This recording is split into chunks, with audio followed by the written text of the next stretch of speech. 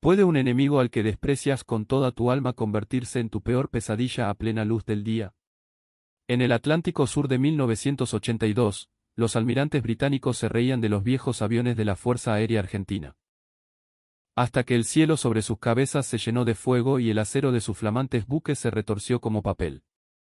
Solo hicieron falta un puñado de bombas de caída libre, muchas de ellas defectuosas, para destruir lo impensable. Aquellas misiones suicidas hundieron y dañaron a un tercio de la Task Force. La historia de hoy te va a revelar una perspectiva completamente nueva de la guerra. Si sos un apasionado del coraje y la táctica militar, no te la vas a querer perder.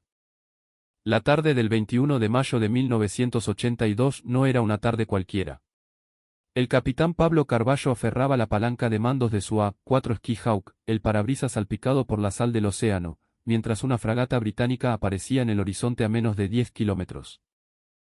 Sus radares de última generación barrían el cielo, fríos, metódicos, como los ojos de un dios de la tecnología.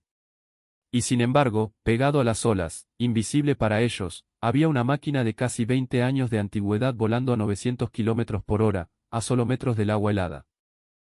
La tripulación del HMS Ardent no tenía la menor idea. Para ellos, esos aviones eran chatarra volante, mosquitos molestos, nada más. Esa tarde, ese desprecio iba a ser el error más caro de sus vidas.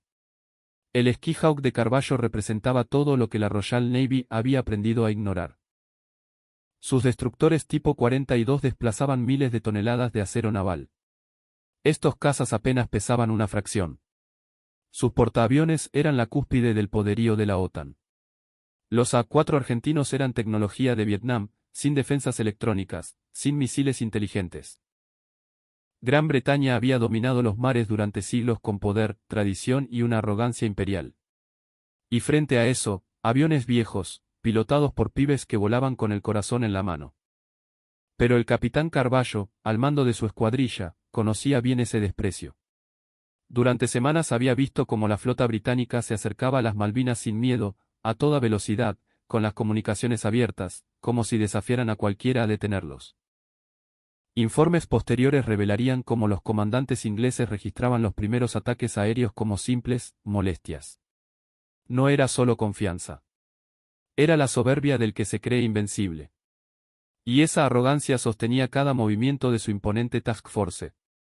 Los A-4 Skyhawk y los Dagger no nacieron para esta guerra. Eran el remanente de un poder aéreo que alguna vez fue respetado, ahora superado por la tecnología. Argentina necesitaba algo para golpear a la flota, algo capaz de llegar hasta las islas y volver. Estos aviones eran lo único que había. Pero su antigüedad tenía un precio, eran frágiles, vulnerables y estaban completamente subestimados. Aún así, sus pilotos eran distintos. Jóvenes, audaces, formados en una sola doctrina sagrada, el vuelo rasante. Velocidad y sorpresa. Carballo, como tantos otros, era un profesional, un hombre de familia que ahora se encontraba en la cabina de un avión obsoleto, a punto de atacar a la tercera flota más poderosa del mundo. Su escuadrilla, con un promedio de edad de apenas 25 años, no pensaba en rendirse. Para mayo de 1982, la guerra en las Malvinas estaba en su punto más crítico. Aunque las islas habían sido recuperadas, la flota británica había llegado para imponer un bloqueo y desembarcar. Su fuerza de tarea era una muralla de acero y misiles en medio del Atlántico. Detenerla era esencial. La guerra convencional era imposible. La Armada Argentina no podía hacerle frente en un combate naval directo. La batalla se decidiría en el aire y sobre el mar. Fue entonces cuando apareció un vacío. Una oportunidad que solo estos viejos halcones podían aprovechar. Los Skyhawks y Daggers podían volar donde otros no se atrevían, pegados al mar, bajo el lóbulo del radar enemigo. Atacar rápido, desaparecer entre las olas. En teoría, eran perfectos. En la realidad, las misiones eran un infierno. Cientos de kilómetros sobre el mar abierto, silencio de radio absoluto, navegación a estima. Un error y el océano te tragaba para siempre. El desprecio británico no era solo orgullo, también se basaba en la lógica. Durante las primeras semanas, las bombas argentinas habían fallado. Cerca del 50% no explotaban. Lanzadas desde tan baja altura, las espoletas no tenían tiempo de armarse. Los ingleses habían dejado de temerles. Pero esa confianza estaba a punto de hacerse añicos. El estrecho de San Carlos, el lugar elegido para el desembarco, se había convertido en el «Callejón de las Bombas», una autopista para la invasión británica y una trampa mortal para ambos bandos. Cada salida era un juego a vida o muerte sin descanso, sin margen de error. El brigadier Ernesto Crespo, comandante de la Fuerza Aérea Sur, había pasado semanas estudiando al enemigo y descubrió algo crucial. Eran predecibles. Siempre la misma formación defensiva, la misma doctrina de la OTAN. Destructores y fragatas formando un anillo protector alrededor de los buques más importantes. Debería haber sido una fortaleza. Pero los británicos estaban convencidos de que esos mosquitos no podían penetrarla. Esa tarde, en el frío y ventoso callejón de las bombas, estaban a punto de descubrir lo equivocados que estaban. A mediados de mayo de 1982, los escuadrones de A-4 y Dagger habían realizado docenas de salidas con un número de hundimientos alarmantemente bajo. En la guerra aeronaval los números no mienten, y favorecían claramente a la Royal Navy. Incluso en condiciones perfectas, volando a través de un infierno de misiles sea Dart, sea Wolf y cañones antiaéreos, la probabilidad de que un solo avión impactara un blanco era ínfima. Era una guerra perdida en los papeles.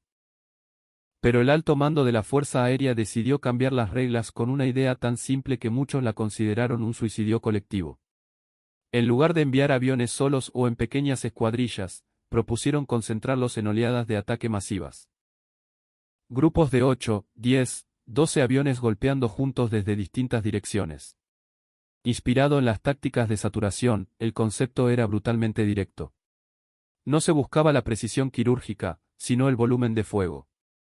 12 aviones podían lanzar 36 bombas casi al mismo tiempo, saturando las defensas británicas, obligándolas a elegir a qué blanco dispararle mientras otros se colaban. El gobierno militar no estaba del todo convencido. Veían estos aviones como herramientas para defender el continente, no para proyectar poder contra una flota de la OTAN. Para muchos, seguían siendo una solución desesperada. Pero la guerra no esperó. La tarde del 21 de mayo, los británicos comenzaron su desembarco en San Carlos. La lección fue clara, había que atacar allí, con todo, o la guerra estaría perdida. Algo debía cambiar y debía cambiar ya. La respuesta llegó desde el campo de batalla. Pilotos como el capitán Pablo Carballo o el primer teniente Carlos Cachón perfeccionaron la única táctica que les daba una oportunidad, rompiendo todas las reglas de la prudencia. El vuelo rasante. En lugar de atacar desde una altura segura, descendían a la superficie del mar, volando a escasos metros de las crestas de las olas. El agua salada golpeaba la carlinga, la vibración del aire denso sacudía la estructura del avión, y la concentración debía ser absoluta para no estrellarse contra el océano a casi 1000 km por hora. Era una locura. Pero funcionaba. A esa altura, los potentes radares británicos no podían detectarlos hasta que era demasiado tarde. El eco del avión se confundía con el del propio mar. Carballo vio el patrón de inmediato, combinar el vuelo rasante extremo con ataques en oleadas. No volar hacia el enemigo, sino aparecer de la nada sobre él. La nueva doctrina era simple en teoría, mortal en la práctica. Los escuadrones despegarían de las bases patagónicas, volarían en silencio de radio, en el último tramo, se pegarían al agua. Cuando llegaran a la bahía, atacarían juntos, como una jauría. Pero ejecutar esto era otra historia.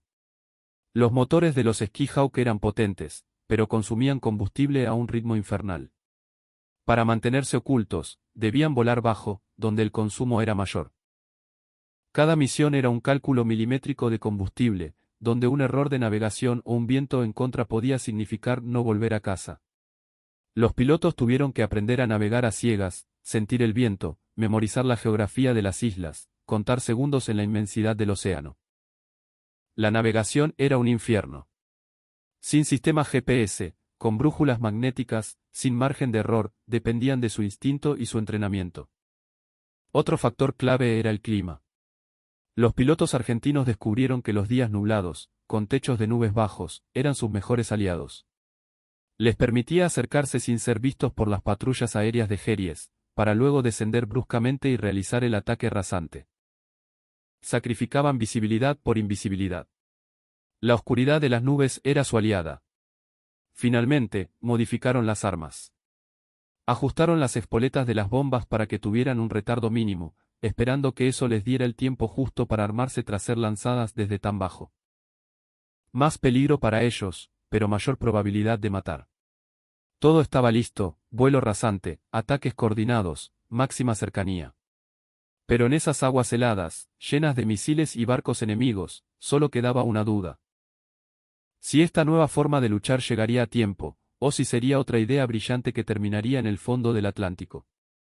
La mañana del 25 de mayo de 1982, Día de la Patria, comenzó con un silencio tenso, pero no era un silencio cualquiera. Varios escuadrones de A-4 Skyhawk se preparaban en las bases de Río Gallegos y San Julián.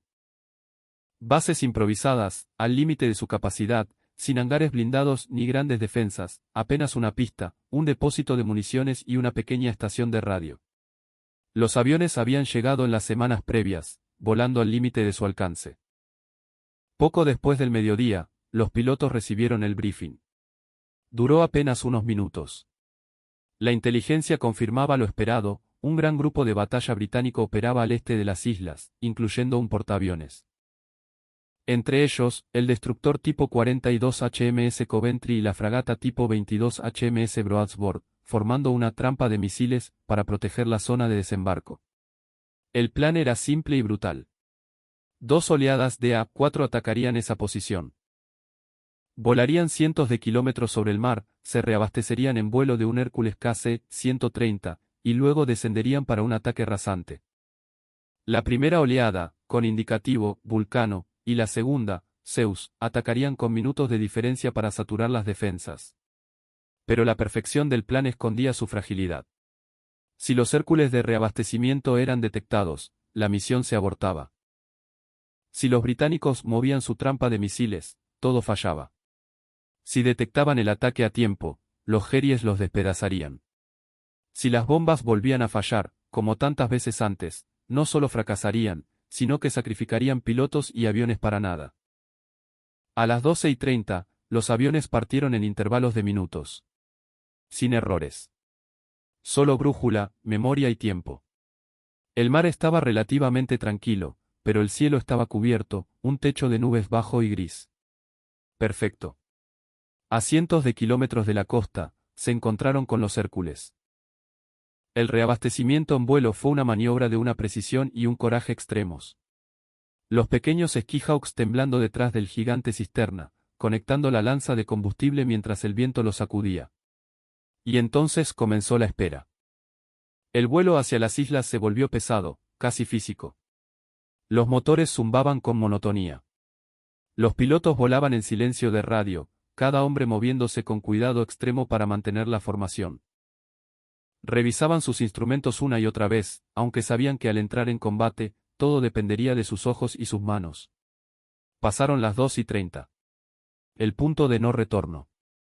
La tensión comenzó a notarse. Pulso acelerado, manos sudorosas sobre la palanca, reflejos tensos. No era solo una batalla contra el enemigo, sino contra el tiempo, el miedo y el desgaste mental. Tenían el combustible justo para atacar y volver. No habría una segunda oportunidad.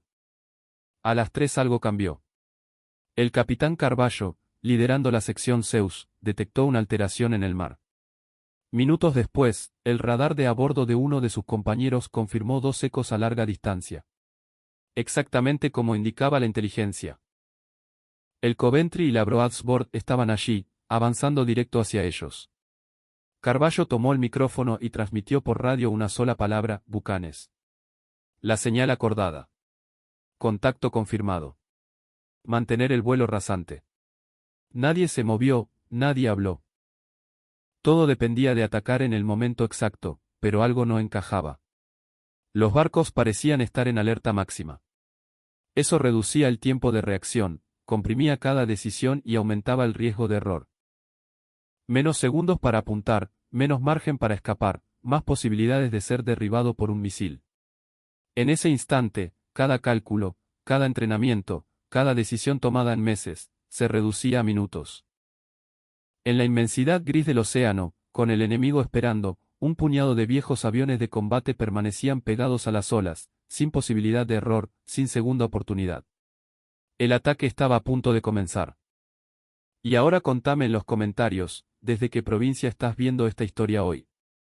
Buenos Aires, Córdoba, Santa Fe, Mendoza, o desde algún otro rincón de nuestra querida Argentina. Quiero saber desde dónde me acompañás. A las 3:20 del 25 de mayo de 1982, la silueta del HMS Coventry emergió de la bruma como una bestia de acero gris. El primer teniente Mariano Velasco lo detectó a unos 20 kilómetros, reconociendo la inconfundible forma de un destructor tipo 42.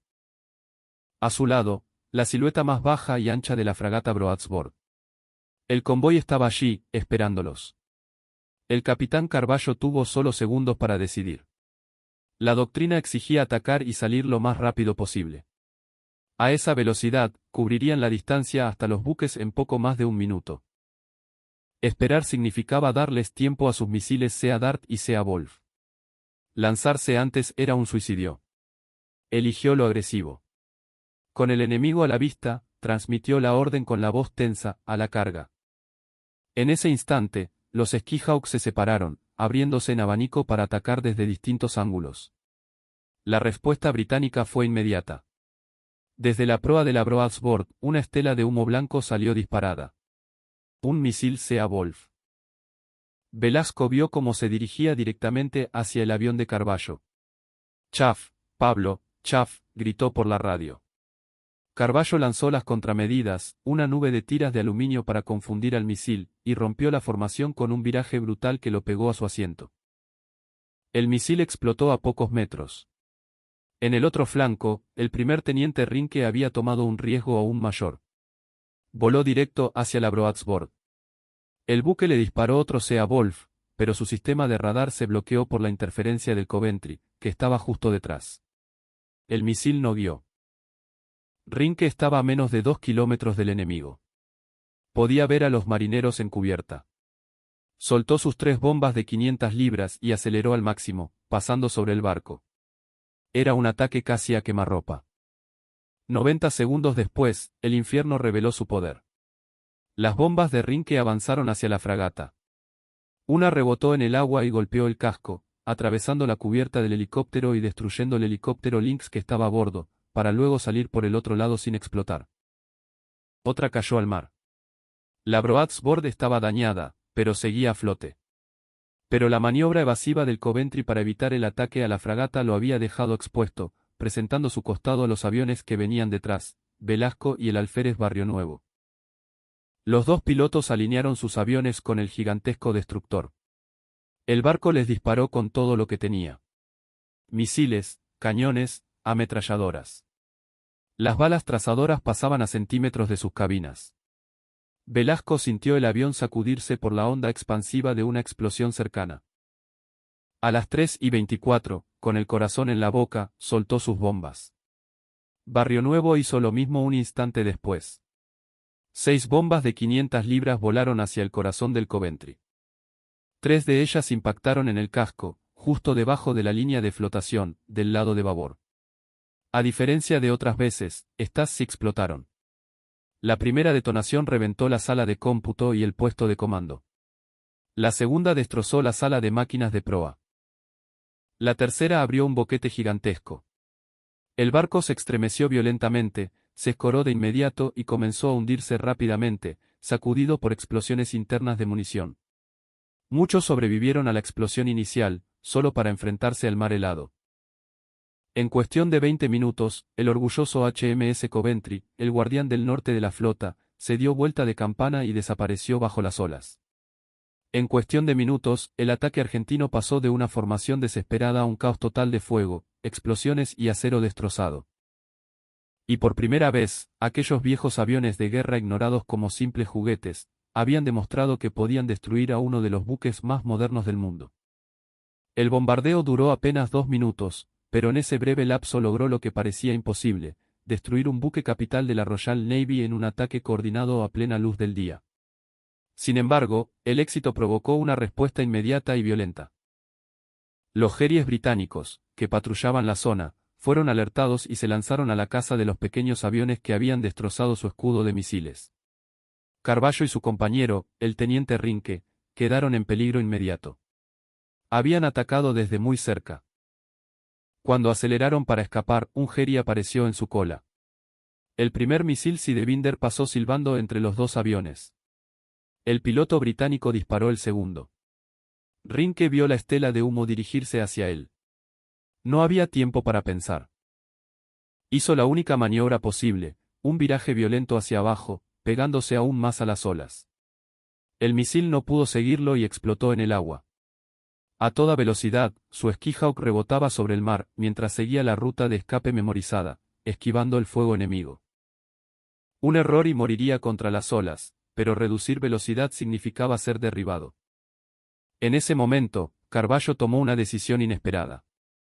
En lugar de huir en línea recta hacia el continente, giró bruscamente, usando las propias islas como escudo. Sabía que los Jerries buscarían en la ruta lógica de escape. Apostó por el caos y ganó. Entre el humo de los barcos en llamas y los restos flotando en el agua, los pilotos británicos dudaron entre perseguir o cubrir las operaciones de rescate. Esa duda les dio los segundos que necesitaban. Mientras tanto, la coordinación entre los aviones se mantenía mediante breves señales de radio, demasiado cortas para ser trianguladas. A las 3:53, todos los aviones supervivientes habían escapado del contacto inmediato, aunque los Jerries continuaron la búsqueda durante más tiempo. Durante la retirada, los pilotos vieron las columnas de humo negro en el horizonte. La prueba de su éxito. No podían arriesgarse a celebrar. El escape más peligroso fue el del alférez Barrio Nuevo. Un Jerry lo persiguió durante varios minutos. Su indicador de combustible estaba en rojo. Tuvo que decidir en segundos, eyectarse o intentar llegar. Eligió lo más arriesgado. A máxima velocidad, voló tan bajo que casi podía tocar las olas. El piloto del Jerry, corto de combustible, tuvo que abandonar la persecución. Barrio Nuevo llegó al continente literalmente con los últimos vapores de combustible en el tanque. A las 5:15, los aviones se reunieron en el aire con otro Hércules para un último trago de combustible que les permitirá llegar a sus bases. El resultado era casi increíble. Ningún avión perdido en esa misión, ningún piloto herido. A cambio, un destructor tipo 42 hundido, una fragata tipo 22 gravemente dañada. Repostaron en silencio, sabiendo que el enemigo los buscaría con furia. Horas después, iniciaron el regreso. Mientras el sol comenzaba a caer, algunos hombres hablaban sin parar, reviviendo cada segundo. Otros permanecían en silencio, aún atrapados en lo que habían visto.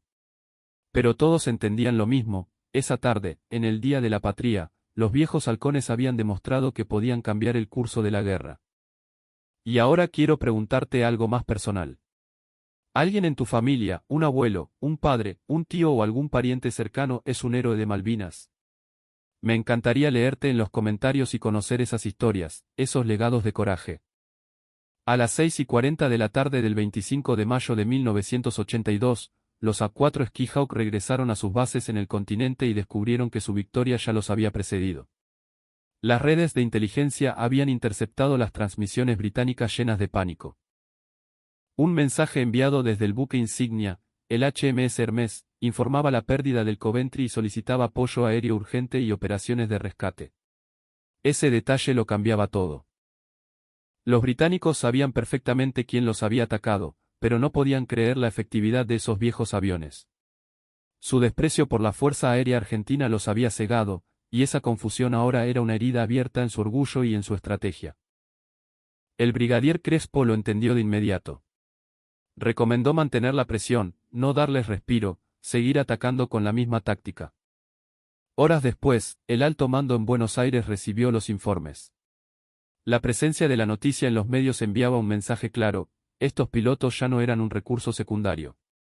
Podían ganar la guerra. Durante horas, los hombres reconstruyeron cada momento. Se prestó especial atención al funcionamiento de las bombas. Velasco y Barrio Nuevo reportaron que sus armas habían corrido correctamente, esta vez, habían detonado. Una mejora enorme que se debía en parte a la suerte y en parte a los ajustes de los armeros en tierra. Los análisis posteriores confirmaron el impacto devastador. Un destructor hundido, una fragata fuera de combate, 19 marineros británicos muertos. Pero más allá de las cifras, el verdadero cambio era doctrinal. Por primera vez, los cazabombarderos argentinos habían logrado resultados comparables a los de un ataque con misiles Exocet. Un puñado de aviones relativamente baratos habían destruido recursos por valor de cientos de millones de dólares. Era una ecuación imposible de ignorar. Carballo, en su informe, identificó las claves del éxito: inteligencia precisa, elección del terreno, atacar desde tierra, usando la isla Soledad como escudo, ataque coordinado y un liderazgo agresivo. Pero también advirtió sobre los riesgos, el agotamiento de los pilotos, las fallas mecánicas y el factor más importante, la sorpresa. Sabía que repetir el ataque contra un enemigo preparado sería mucho más difícil. Y el enemigo comenzó a adaptarse. Al principio reforzaron las patrullas de Gerries y movieron sus buques más lejos de la costa, pero semanas después empezaron a cambiar su doctrina de defensa antiaérea. El propio almirante Woodward, comandante de la Task Force, reconoció en sus memorias que la clave había sido la coordinación y el coraje suicida de los pilotos argentinos. Sus recomendaciones cambiarían la táctica británica por el resto del conflicto. Sin embargo, el contexto estratégico favorecía a Gran Bretaña. Cada barco dañado podía ser reemplazado. En cambio, Argentina no podía construir más aviones, no podía entrenar más pilotos. Cada pérdida era irreemplazable. Esa diferencia definiría la guerra. La prensa argentina contó la historia como una epopeya. Hablaban de valentía, de los halcones de Malvinas. El mito crecía mientras la verdad del peligro permanecía en las cabinas. Carballo, Velasco, Rinque y Barrio Nuevo recibieron las más altas condecoraciones, no solo por su valor, sino por demostrar que arriesgar, innovar y romper las reglas podía ganar batallas. Pero el éxito no ocultaba el peligro. Otras misiones en los días siguientes perdieron aviones y hombres. Los Skyhawks y Daggers seguían siendo frágiles, cada misión una apuesta a todo o nada. Aún así, el alto mando quería más. Ordenaron continuar con estas tácticas hasta el final. Nació un nuevo modelo de guerra aérea, basado en entrenamientos intensivos, nuevas doctrinas y coordinación precisa. Los pilotos más experimentados enseñaban a los más nuevos a atacar sin miedo, a sentir el avión y el mar como uno solo. Lo que ocurrió esa tarde no fue solo una victoria, fue la confirmación de algo nuevo, una forma de guerra donde lo pequeño, rápido y subestimado podía golpear como una flota entera. La prueba final llegó la noche del 8 de junio de 1982. 8 aviones A-4 interceptaron a los buques de desembarco Sir Galahad y Sir Tristram en Bahía Agradable. No fue tan espectacular como el hundimiento del Coventry, pero fue devastador. Hundieron un transporte, dañaron gravemente otro y mataron a más de 50 soldados británicos. La lección fue clara: esto no era suerte, era una nueva forma de guerra. Los británicos comenzaron a adaptarse. Para los últimos días del conflicto, sus defensas ya incluían tácticas específicas contra los ataques rasantes. Redujeron la efectividad de los ataques, pero no la eliminaron. La guerra en Malvinas se convirtió en un ciclo constante, innovación contra innovación. Los documentos desclasificados años después mostrarían la presión creciente. Desde el cuartel general en Northuot, los mandos británicos exigían explicaciones por las pérdidas. Ya no hablaban de molestias. Reconocían una amenaza real. Un documento clave ordenaba tratar cualquier contacto aéreo, sin importar su tamaño, como un peligro extremo. Era una admisión implícita: habían subestimado al enemigo y estaban pagando el precio. El impacto fue más allá del mar. Al obligar a la flota a operar más lejos y a gastar recursos en defensa, los ataques aéreos argentinos reducían su capacidad de apoyar a las tropas en tierra. Las guarniciones británicas empezaron a sufrir el acoso. La fuerza aérea no solo hundía barcos, debilitaba ejércitos enteros. Carballo pasó de ser un líder de escuadrilla a una leyenda viviente, un asesor táctico cuyas ideas influyeron en todas las operaciones posteriores. Sus recomendaciones se integraron en los planes de ataque, pero el éxito tenía un costo. Cada avión consumía enormes cantidades de combustible y requería mantenimiento constante. Las bombas escaseaban, las armas adicionales agotaban las reservas, los oficiales de logística luchaban por mantener el ritmo. Aún así, la innovación no se detenía. Las tripulaciones improvisaban mejoras, ajustando los sistemas de navegación y comunicación. Era una guerra donde la creatividad salvaba vidas. El desgaste humano también crecía. Misiones diarias constantes, poco descanso, tensión extrema, insomnio, nervios alterados. Algunos hombres simplemente no podían continuar. Aún así, muchos volvían al combate, reflejando una realidad innegable: sobrevivir una vez no significaba estar a salvo. Para finales de mayo, las operaciones de la Fuerza Aérea se habían transformado por completo.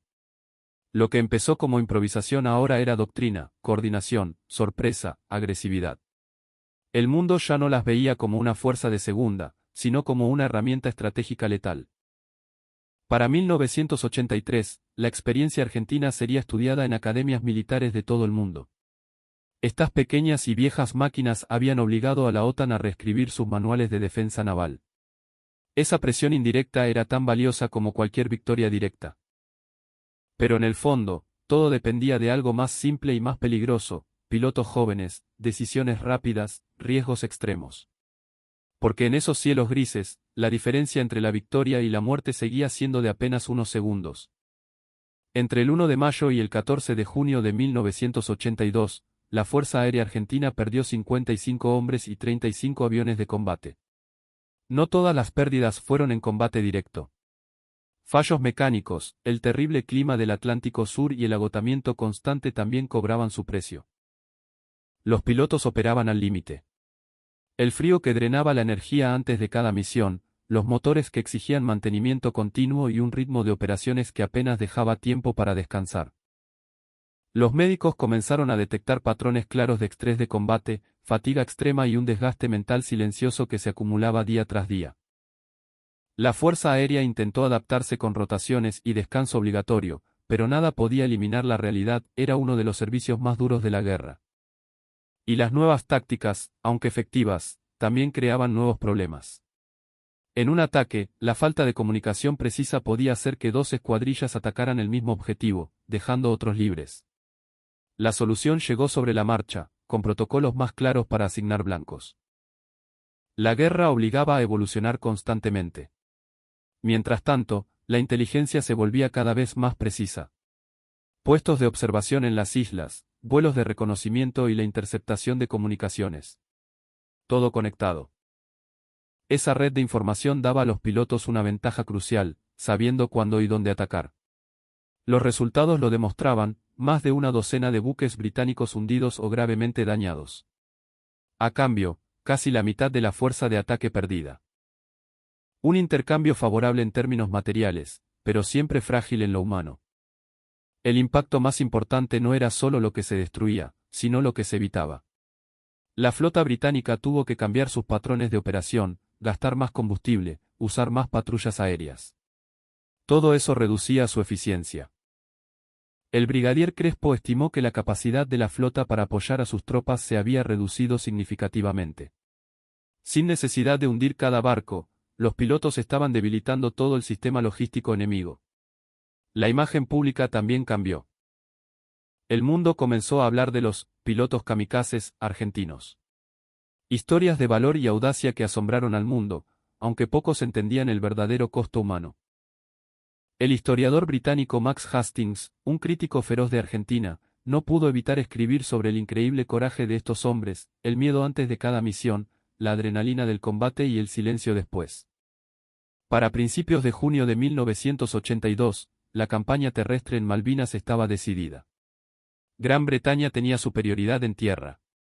Pero en el aire y el mar, los pilotos argentinos habían jugado un papel clave, infligiendo un castigo que la Royal Navy no esperaba y que no olvidaría jamás. La doctrina ya no era improvisación, era un sistema, y se convirtió en leyenda. La tecnología siguió el mismo camino. Después de la guerra, las lecciones aprendidas llevaron al desarrollo de nuevos sistemas de defensa para buques y nuevas tácticas para la aviación. Cada mejora nació de la experiencia directa de esos días. Pero en el fondo, nada cambiaba realmente el núcleo de la historia. Seguían siendo hombres jóvenes en aviones viejos, volando hacia el peligro, sabiendo que cada misión podía ser la última.